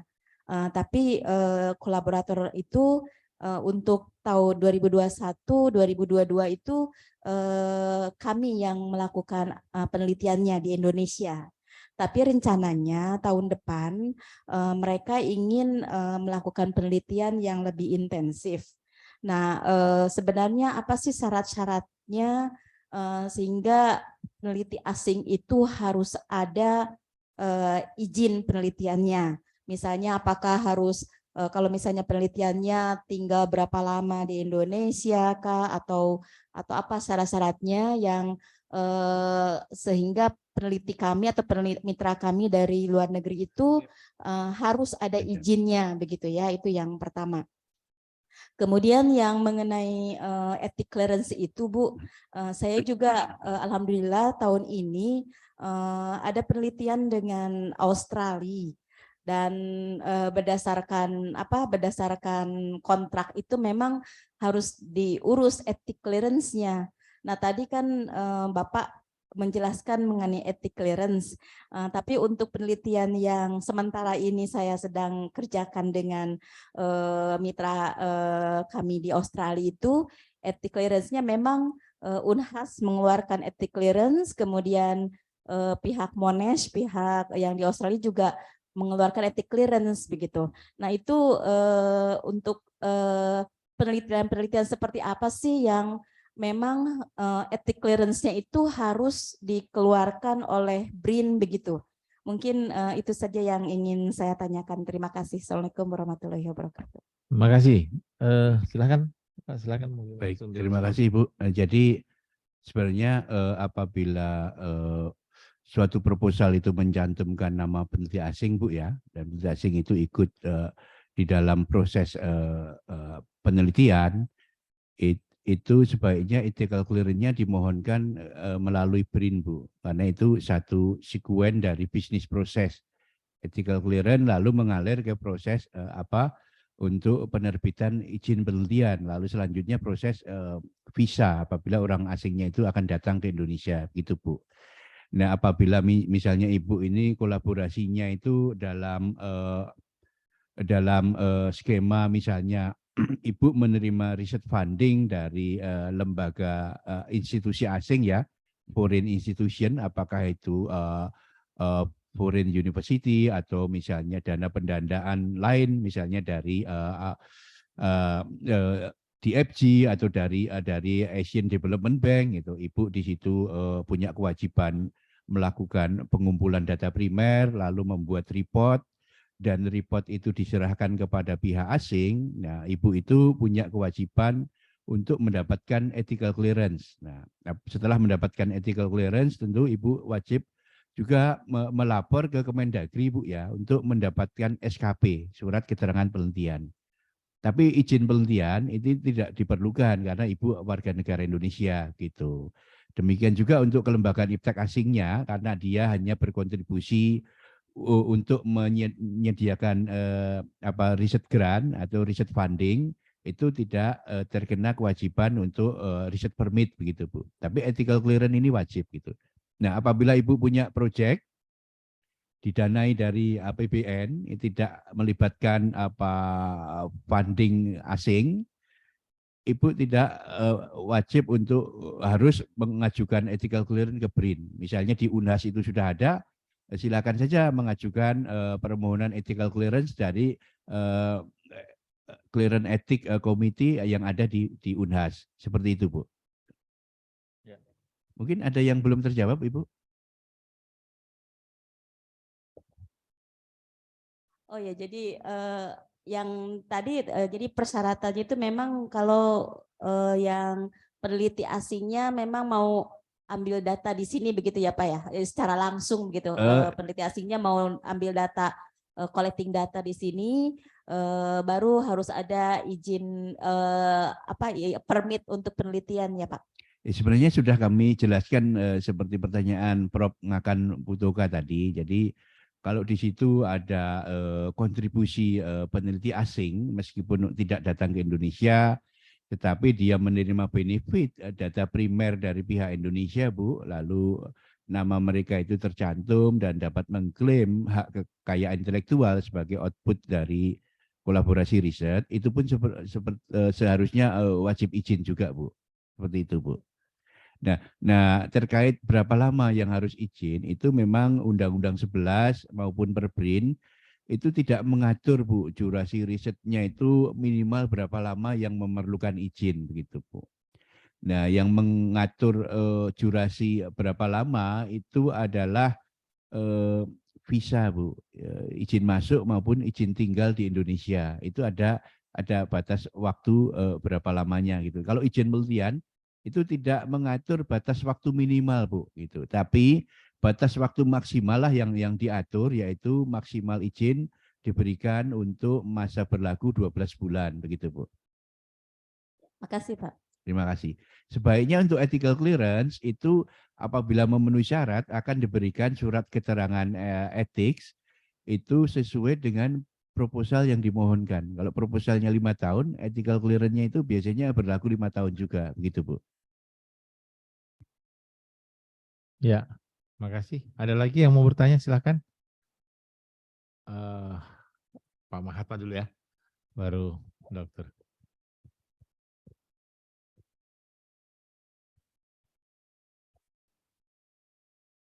Terima kasih Prof. Kesempatan yang diberikan Pak Ketua LP2M dan Bapak dan Ibu dari tim BRIN yang kami hormati serta teman sejawat dari UNHAS. Mungkin ini bukan pertanyaan Prof, tapi mungkin masukan bagi BRIN ya, karena tadi ada saya lihat datanya yang menarik, data berapa isinya yang keluar dan berapa publikasi yang dihasilkan. Dan kelihatannya itu enggak linear ya, karena banyak isinya yang keluar tapi publikasinya belum belum banyak. Tadi ditanyakan apa kira-kira constraint-nya. Nah, ini mungkin saya sampaikan karena saya termasuk dari 155 itu Prof yang dapat izin, kebetulan sekitar 5 tahun yang lalu ya kami riset bersama dengan NUS, jadi National University of Singapore, peneliti dari NUS. Nah waktu itu kelihatannya mereka datang ke sini itu sebenarnya mereka sudah ada mungkin kerjasama dengan NGO ya. Cuma mungkin waktu itu karena dengan NGO mungkin agak sulit mereka dapat permitnya, izin permit, riset permitnya. Makanya dia mencari, kebetulan NGO-nya di sini, di Makassar. Nah, dia mencari universitas terdekat, kira-kira yang punya nama ya. Waktu itu, karena bidang kelautan, kebetulan saya dari kelautan, Prof. Dia hubungilah kami di salah satu, karena kebetulan yang dengan NGO ini saya kenal baik juga. Jadi akhirnya berhasil kami dapat ininya, izinnya. Cuma kelihatannya sebenarnya peneliti dari News ini lebih beratnya ke NGO itu untuk di lapangan. Jadi mereka waktu itu menawarkan ke kami ke Unhas satu penelitian. Itu mereka sudah buatkan proposalnya. Itu cuma ini dia eksperimental design ya. Jadi bukan langsung ke lapangan semacam penelitian survei, tapi ini lebih ke eksperimental design. Di mana ini membutuhkan dana ya untuk bisa menjalankan itu. Nah mereka mengharapkan kalau ada pendanaan dari Unhas untuk itu. Nah kebetulan kami tidak punya dana, sehingga penelitiannya akhirnya tidak jalan. Jadi izin keluar, tapi penelitian tidak jalan. Ya, kalau penelitian tidak jalan, artinya kan publikasi kan tidak dapat. Jadi itu mungkin salah satu concern dari BRIN, bahwa mungkin salah satu concern itu matching fund itu kadang yang jadi masalah. Jadi mungkin sudah ada proposal, ya, terus alat apa semua mungkin sudah ada di sini, cuma memang untuk menjalankannya itu enggak bisa kalau enggak ada dana juga ya. Jadi mungkin ya ini bisa menjadi masalah klasik sebenarnya, masalah pendanaan. Jadi memang karena misalnya kalau ada dana internal atau dana dari Dikti itu kan tidak semua dosen juga dapat. Nah, kalau kebetulan dapat mungkin kita bisa pakai ya, alihkan sebagian ke sana. Cuma masalahnya kalau tidak dapat itu kan berat, misalnya kalau dana mandiri misalnya ya, kalau untuk kita keluarkan. Jadi itu salah satunya yang jadi kenapa tidak semua izin yang keluar itu menghasilkan publikasi, ya mungkin karena salah satunya memang dari sini itu mungkin ada risetnya tidak berlanjut ya, seperti kasus saya, jadi risetnya tidak berlanjut. Itu yang pertama. Nah yang kedua mungkin Bapak dan Ibu dari BRIN, nah ini ya syukur kalau saya lihat bahwa kebijakan sekarang kan lebih memudahkan ya, karena lebih ke ethical aspeknya ya daripada security-nya. Dulu itu kan security-nya yang didahulukan, sehingga sangat susah ya bagi peneliti asing untuk masuk dan mendapat izin. Cuma yang ingin saya tanyakan, bagaimana kemudian BRIN tetap memastikan aspek security-nya ini, Pak dan Ibu. Karena kalau cuma ethical saja, itu kan bisa, karena ada juga yang peneliti asing yang nakal ya. Ini yang perlu masih PR kita bersama sebenarnya. Misalnya kalau terjadi sesuatu, ya pasti kami yang sebagai counterpart misalnya akan bertanggung jawab, tapi tetap BRIN yang mengeluarkan izin juga yang akan kena juga nantinya, ya secara mungkin administratif ya tentunya. Mungkin itu cukup dari saya, Prof. Terima kasih atas kesempatan diberikan. Terima kasih Pak Mahatma. Saya kira sama dengan kalau kita mau pergi sekolah, dapat visa, tapi belum berangkat karena belum dapat tiket. Jadi kalau kita mau katakan kita sekolah di luar negeri, nanti tiba di sana baru. Jadi itu. Tapi kalau yang kedua nanti dijawab sama Bapak. Mungkin saya selanjut aja, Dok. Silakan, Dok. Sebelum dijawab. Baik, terima kasih. Assalamualaikum warahmatullahi wabarakatuh. Perkenalkan, saya Dr. Yeni dari kedokteran.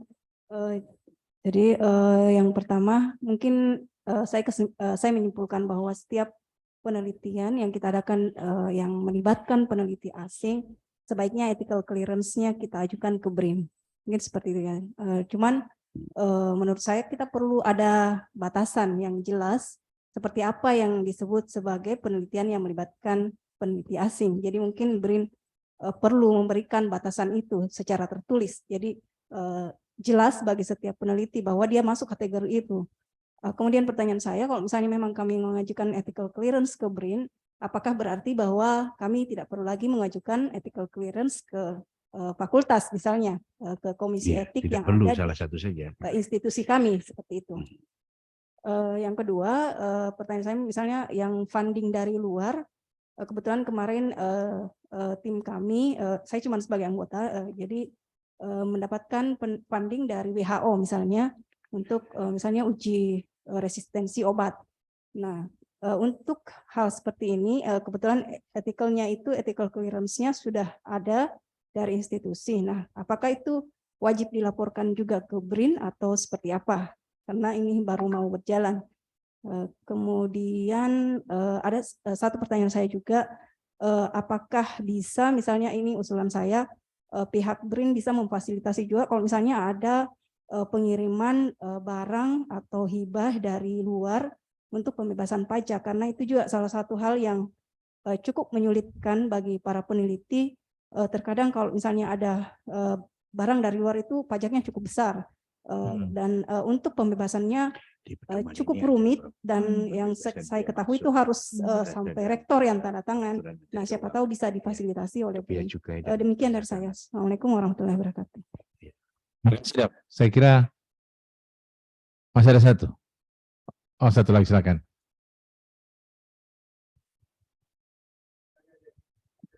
Sesuatu karena ada teman-teman yang menyampaikan Prof ini kami punya kolaborator dari Lincoln. Dia sudah kami kalau untuk penelitian bersama mereka datang ke sini kami mengurus izin. Tetapi dia juga suka sekali membantu mahasiswa mencarikan funding kecil berapa puluh juta gitu yang kita gunakan untuk membiayai mahasiswa S1 untuk lapangan 4 orang gitu biasanya. Palingan 30 juta 2.000 pounds gitu ya. Cukup untuk 4 orang mahasiswa ke lapangan. Mereka mengarahkan, memberikan ide, ikut kita ini berdiskusi. Nah, akhirnya saat itu mau dipublikasi, apakah boleh dia masuk namanya itu Pak Wahyu? Kan itu dipublikasi nanti akhirnya dia juga ikut membimbing.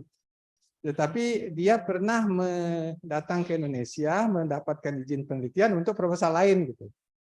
Apakah bisa di situ dikaitkan ke situ?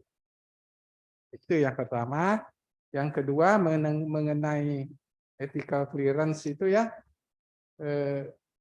Sebetulnya bukan saja semata dibutuhkan untuk kita mendapatkan izin dari BRIN, izin penelitian peneliti asing, tetapi juga kita akan butuhkan nanti saat mempublikasi. Benar ya. Karena kita diminta itu. Beberapa jurnal kalau sudah memang mensyaratkan penelitian itu. kita terkait dengan membutuhkan ethical clearance ya ada kaitan dengan ethical clearance. humaniora ataupun penggunaan satwa itu misalnya, itu memang kita diminta untuk menunjukkan apakah kita melakukan secara berperi kebinatangan atau gimana ya. Saya kira itu. Terima kasih, Prof. Silakan, Pak. Ya, saya kira yang terakhir ini benar, Prof. Beberapa jurnal ilmiah internasional itu sudah mensyaratkan agar manuskrip itu juga dilampiri oleh ethical clearance sesuai dengan manuskrip yang dia tulis gitu. Jadi bukan semata-mata untuk persyaratan memperoleh izin penelitian saja gitu. Jadi ke depan mungkin Bapak Ibu tidak perlu disuruh pun nanti sudah otomatis menganggap ethical clearance itu sebagai kebutuhan gitu.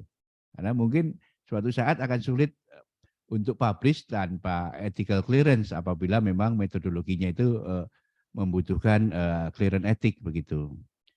Lalu pertanyaan Bapak tadi yang pertama yang saya jawab tentang security clearance-nya ya. Ya memang begini Prof, memang setiap sistem itu punya kelemahan gitu. Kalau di masa PP 41 2006 itu memang itu secara seimbang ada double approach ya. Pendekatan pertama adalah pendekatan security approach.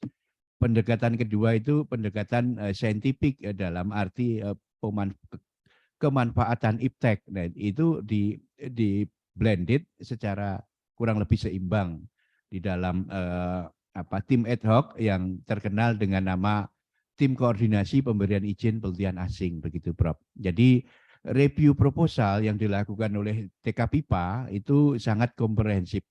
Bukan hanya metodologi ilmiahnya saja, tetapi juga di situ ada aspek lain, aspek keamanan nasional, aspek kepentingan nasional, misalnya misuse terhadap data yang dihasilkan dari penelitian itu agar itu tidak merugikan kepentingan nasional gitu. Misalnya ada penelitian tentang alih fungsi lahan, tentang perkebunan kelapa sawit, di situ tentu saja ada isu lingkungan hidup yang sangat sensitif. Nah itu bagaimana TKP IPA itu memastikan bahwa ke depan tidak akan terjadi misuse terhadap data atau publikasi ilmiah itu yang nanti akan disalahgunakan oleh misalnya NGO asing untuk melakukan apa? Untuk melakukan negative campaign terhadap ekspor produk CPO dan turunan kita ke luar negeri, seperti itu. Lalu terkait security ya, kalau di dalam bisnis proses yang sekarang itu Prof, kami saat ini menggunakan database blacklist untuk melakukan pengecekan sebelum izin itu diberikan, yaitu kita tracking track record peneliti asing yang akan kita berikan izin, apakah nama mereka itu masuk di dalam database kami, lalu juga track recordnya bagaimana di masa lalu, itu kami dalami berdasarkan data yang kami miliki. Dan itu kami juga berkoordinasi dengan beberapa stakeholders seperti BIN ya, Pak STNI. Nah, ya, Bu Nungki ini sedang merintis apa yang disebut forum koordinasi ya antar kementerian lembaga yang di situ melibatkan BIN, Pak STNI, Kemdagri, Kemlu, Imigrasi, dan juga KLHK. Di situ kami akan berkoordinasi, bersinergi, bahwa untuk penelitian-penelitian tertentu, misalnya penelitian kelautan yang di situ ada akan memasuki riset site yang dianggap sensitif, misalnya Laut Banda itu merupakan laut dalam yang di situ masih menjadi menjadi andalan kita apabila terjadi misalnya perang, karena di situ dapat digunakan untuk armada kapal selam dan sebagainya. Nah, hal seperti itu kami akan koordinasikan dengan berbagai stakeholders terkait di dalam forum koordinasi yang sedang kami rintis begitu. Jadi memang kalau di TKP IPA yang masa lalu itu semua aspek direview terhadap proposal maupun pemohon izinnya. Bahkan CP-nya itu dibaca, di tracking, dia pernah berafiliasi dengan siapa, bekerja di mana, itu semuanya direview. Tetapi dengan bisnis proses yang baru, ini memang lebih berat kepada aspek etika di dalam penerapan metodologi ilmiah begitu. Lalu terkait ethical clearance, saya kira Pak Syarif juga bisa menambahkan informasi tentang ethical clearance, nanti juga ditambah dengan informasi dari Bu Nungki. Ya. Silakan Pak Syarif. Saya ada nambahin dua Pak, selain ethical clearance. Silakan Pak. Terkait sama pembebasan. Ya masuk ya. Untuk jadi sebenarnya dulu kan saya pribadi waktu itu masa di Ristek, kemudian Ristek Dikti, selalu kebagian yang membuat surat rekomendasi ke Bea Cukai. Tapi kemudian kita rapat Pak Nasir waktu itu dengan Pak Bu Sri Mulyani, saya ingat betul salah satu pembicaraan adalah terkait dengan pengurusan biaya masuk atas barang-barang riset, barang-barang penelitian, penelitian dan pengembangan iptek gitu ya. Sebenarnya sudah keluar Peraturan Menteri Keuangan nomor 200 tahun 2019. Jadi jauh lebih mudah sekarang Pak. Jadi cukup dengan pejabat setingkat dekan atau kalau kementerian setingkat eselon 2. Tidak lagi ke pusat. Kalau dulu memang ke pusat dan itu selalu kebagian ke tempat saya. Saya yang selalu membuat mendraft suratnya ke Bea Cukai. Tetapi semenjak tahun 2019 dengan Peraturan Menteri Keuangan nomor 200 tahun 2019 tentang pembebasan bea masuk dan cukai, bea pajak dan cukai atas peralatan penelitian dan pengembangan ilmu pengetahuan dan teknologi, maka tidak lagi diurus oleh pusat. Diurus oleh masing-masing perguruan tinggi, cukup dengan rekomendasi setingkat dekan. Jadi enak. Para LPPM pun saudara bisa kan, LPPM setingkat dekan ya Pak ya. Jadi bisa gitu. Atau kan nanti tergantung kebijakan dari perguruan tinggi, mau di LPPMK ataukah mau di dekan. Tapi kalau rektor terlalu tinggi lah. Kalau memang udah dikasih kewenangan yang memudahkan. Kemudian terkait dengan clearance etik, memang saat ini kita masih menunggu peraturan pemerintah PP yang merupakan turunan dari Undang-Undang 11 2019 yang di dalamnya mengatur salah satunya ethical clearance, termasuk MTA di dalamnya juga kita masih menunggu itu. Nah, kemarin ini kita mencoba untuk membuat Perbrin nomor 22 tahun 2022 sebenarnya untuk mengisi kekosongan terkait dengan clearance etik ini. Tetapi sebenarnya kalau secara kaidah hukum, sebenarnya kita masih menunggu PP. Nanti PP akan mendelegasikan kepada BRIN untuk membuat peraturan pelaksanaannya. Jadi terkait dengan clearance etik yang sudah ada di masing-masing perguruan tinggi, sebenarnya kalau Pak Kepala sih message-nya adalah kalau itu sudah ada di perguruan tinggi tidak perlu lagi ke BRIN. Itu prinsip pertamanya. Nah, tetapi ada permasalahan di situ. Apakah semua perguruan tinggi atau lembaga litbang yang memiliki lembaga clearance etik bisa langsung diberikan diberikan hak untuk langsung menyampaikan kepada kita tanpa kita screen gitu ya. Nah, karena memang kan di setiap perguruan tinggi memiliki clearance etik dengan tingkat capability, integrity dan lain sebagainya itu yang berbeda-beda. Nah, oleh karena itu kalau menurut Pak Kepala ke depan perlu ada apakah standar ataukah terdaftar ataukah diakui gitu ya. Artinya ini nanti apakah ini masih wacana Pak, belum kita tetapkan gitu. Jadi kalau Pak Kepala sih sebenarnya cukup bukan akreditasi, lebih ke registrasi ya. Registrasi aja lah gitu. Jadi kalau ada lembaga clearance etik di luar BRIN, itu minimal dia terregistrasi ke kita, sehingga kita bisa ketika akan mengajukan registrasi kan kita pasti akan mempelajari kapasitas dari lembaga tersebut, kita pelajari, oke kita registrasinya diterima kan gitu. Artinya dia dalam tanda petik sebenarnya sudah terakreditasi oleh kita gitu secara administratif. Nanti ke depannya akan seperti itu. Tapi untuk sampai kepada kesana gitu ya, apakah pertanyaannya tadi itu bagus Pak Wahyu, apakah saat ini sudah bisa tanpa misalkan gini kayak di kesehatan gitu ya, kesehatan kalau dulu kan harus ke Balitbangkes. Balitbangkes itu saya kan dulu pernah masuk di tim hukumnya di Balitbangkes, dulu pernah mau memberikan kewenangan kepada 3 perguruan tinggi, UI, 4 UI, Unpad, UGM sama Unair untuk clearance maupun MTA. Tapi kemudian dengan masuknya Undang-Undang 11 kan Balitbang mereka dilebur ke dalam BRIN. Nah, perkembangannya terakhir saya nggak tahu apakah 4 perguruan tinggi yang diberikan kewenangan untuk clearance etik maupun MTA itu lanjut atau tidak, karena pada saat itu masih pembahasan gitu kan. Saya kira untuk saat ini Pak Wahyu saya belum bisa memberikan kepastian ya Pak Wahyu ya, apakah